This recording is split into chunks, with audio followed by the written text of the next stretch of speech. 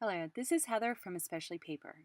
In this tutorial, I'll show you how to make paper cosmos using your craft cutting machine, whether that's a Cricut Explorer or a Silhouette machine. First up, gather the tools and supplies. You'll need cardstock for the petals and leaves, text weight paper for the centers, a coloring medium such as markers or pan pastels, craft glue, a scoring tool, floral wire and pliers, and your Silhouette or Cricut Explorer cutting machine. If you have it, a quilling tool is really helpful, and many clothespins are useful for holding pieces in place while glue dries. You'll also need the cutting machine files. You can download the Cosmos template at especiallypaper.com.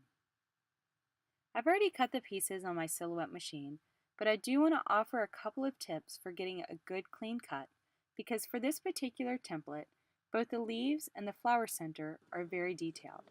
So you need to be familiar with your machine and how to get a nice clean cut. 1. Make sure that you're using a clean mat. Scrape off any tiny bits from previous cuts. 2. Make sure that your blade is sharp. And 3. Be sure to use the right blade depth setting for your material.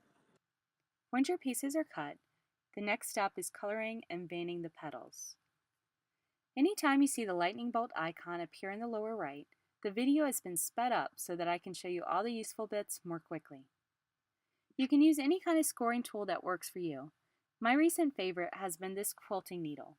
It has a sharp enough point to leave a nice line, but it's not so sharp that it scratches the paper. Just add several lines from the base of each petal to the tip. Kind of round the line to match the form of the petal. Since this flower is on a stem and the underside shows, etch veins into both sides. Next, I'm adding color. I've done this with a number of different mediums. I like pan pastel really well. Today I'm using 2 shades of art markers, starting with the darkest shade at the base of the petal and blending with a lighter shade of pink. Then use a bone folder to add a slight curl to each petal. Then glue 2 petal pieces together. Just add a little glue to the center area and then place the piece so that the petals alternate. Let's add a stem.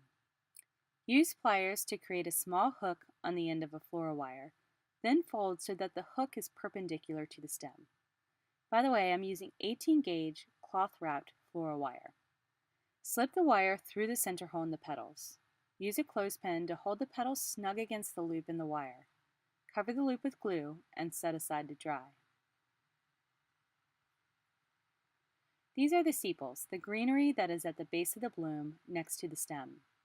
I'm using a fine line Sharpie to add black lines from the center to the outer edge.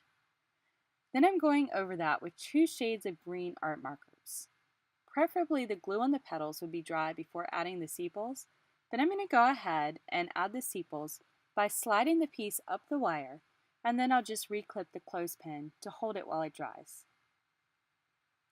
The next step is creating the center by rolling several strips of the center fringe together. If you have a quilling tool, it's really useful to get this roll of fringe started, but it's certainly not a must. You don't need to add glue to the entire strip, just add a dab of glue occasionally. I'm using 4 strips of text weight paper for this flower. If you want a smaller center, just use fewer strips. Use more if you want a larger center. So here's what that looks like now that I've got 4 strips rolled together. And I'm just going to spread the fringe out a little bit by running my fingers from the center to the outer edge. Be careful not to smash the fringe.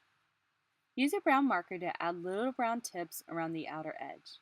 I'm just barely touching the tips of the fringe to mimic the stamens on real flowers.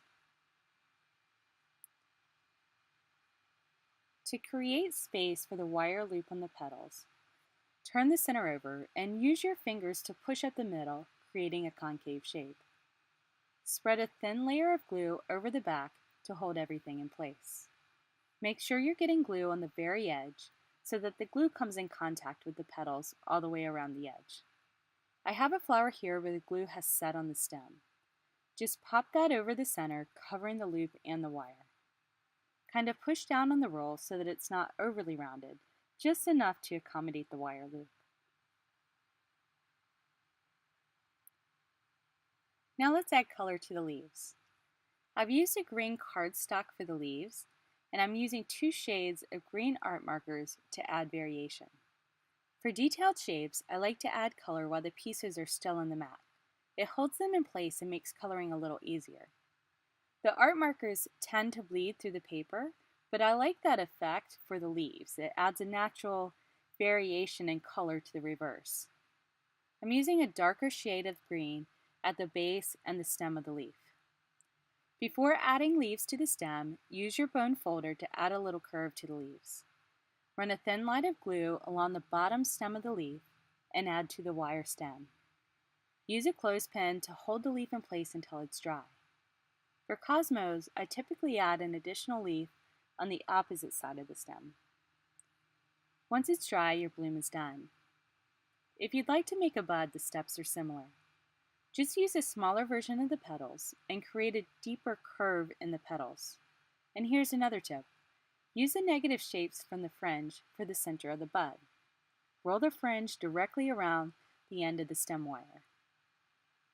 I typically use just a single strip of fringe for the bud.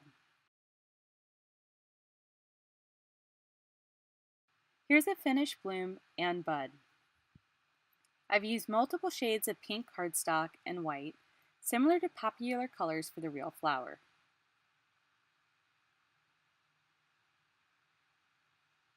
You can purchase a Cosmos template, as well as other paper flowers and crafts, at especiallypaper.com.